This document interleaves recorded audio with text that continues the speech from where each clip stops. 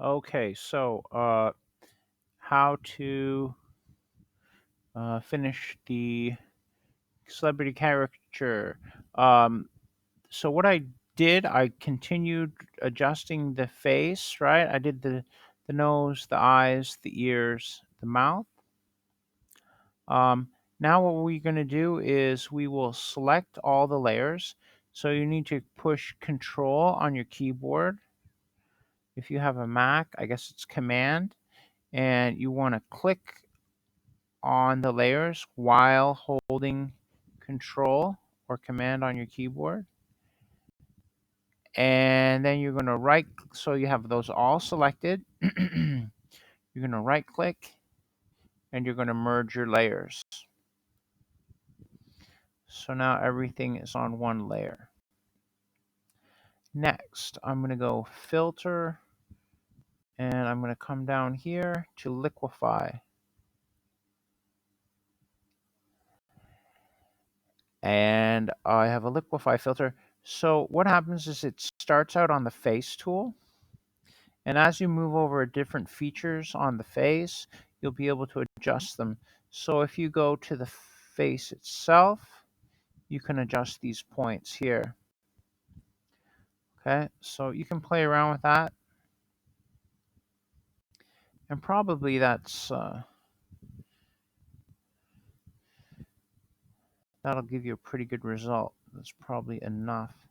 The eye, you can tilt the eyes a bit, or you can stretch them out, make them bigger, smaller.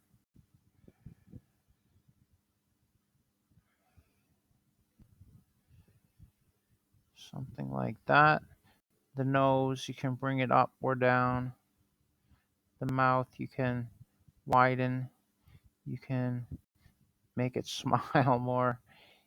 You can bring it in more.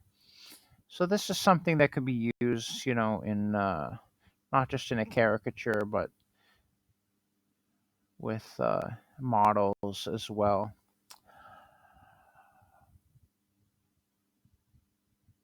Okay, so you can do all the stuff that I just did. You can do this here as well. Um, there's some more settings here, like eye distance. You can bring the eyes farther or closer together. Um, Nose height, right?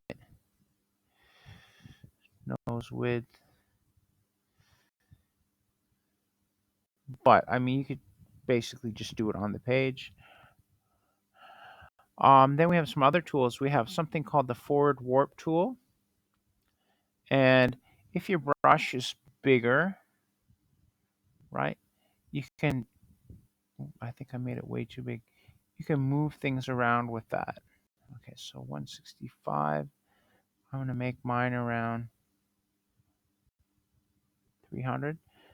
So now I can take this tool and I can actually grab his head and move parts of his head around. Like, that's a bit extreme, but I can further exaggerate the image. I could do the same thing with the chin here if I want. Maybe I'll bring the chin down a bit. Now my brush has to be fairly large to do that. If my brush is too small and I try to move the chin, it's just going to make lines, right? Because my brush is too small.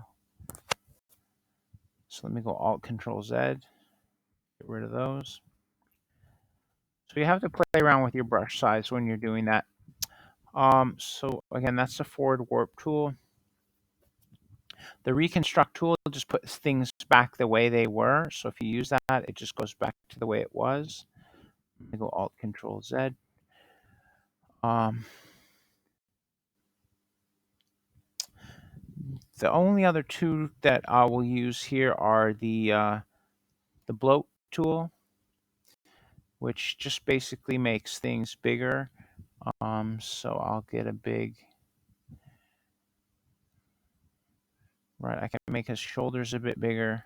I can make his whole entire head a bit bigger if I want. And again, you can play around with the brush size. If the brush is too small, it's not really going to do it's not going to have as big of an effect. If then, so you just kind of have to play around with it.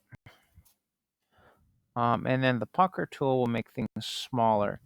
So put this on the mouth, and I can make his mouth smaller. I don't really want to. Alt Control Z.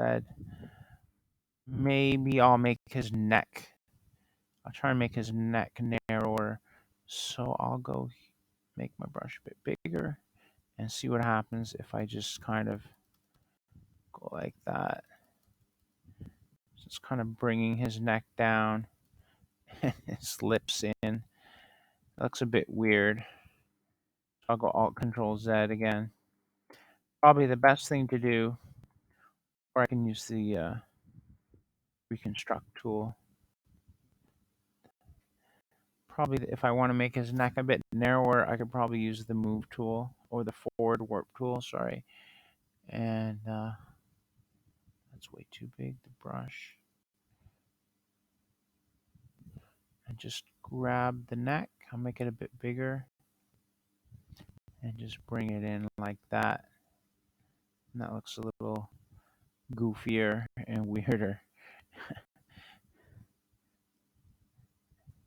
And then maybe I'll bring this shoulder out a bit more. And bring that one out a bit more. So now the body looks a little funny. Okay, I'm gonna click OK. I'm done with the liquify tool. Click OK on that. And now I want to go filter again, and I want to go to stylize and oil paint, and this will make it look a little bit more cartoony.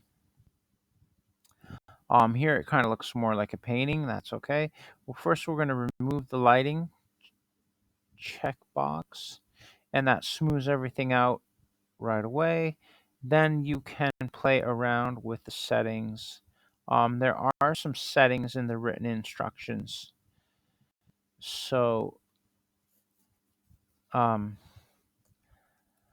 I'm not looking at the instructions right now. And it really depends on your image. But stylization just makes it look more or less painting-y, right? Okay, that's super creepy. You got cleanliness, you got your scale. And you can just play around with those until you get the effect that you like. I think I like it like that. When the lighting's on, then the effects have, like the bristle detail is more prominent when you change that setting. It has more of an effect. When you remove the lighting, it's not such a big effect. Okay, so I'm going to leave mine like that. I'm going to click OK, right? And then what you need to do now, once you've got something the way you want it, you need to make a before and after image the same way you did for the Obama. So I'm not going to go through those instructions with you again. If you don't remember how to do it, you can watch the video, the Obama video, or you can read the instructions on the Obama assignment. Okay, so hopefully that made sense. You got it, and yeah, have fun. Bye.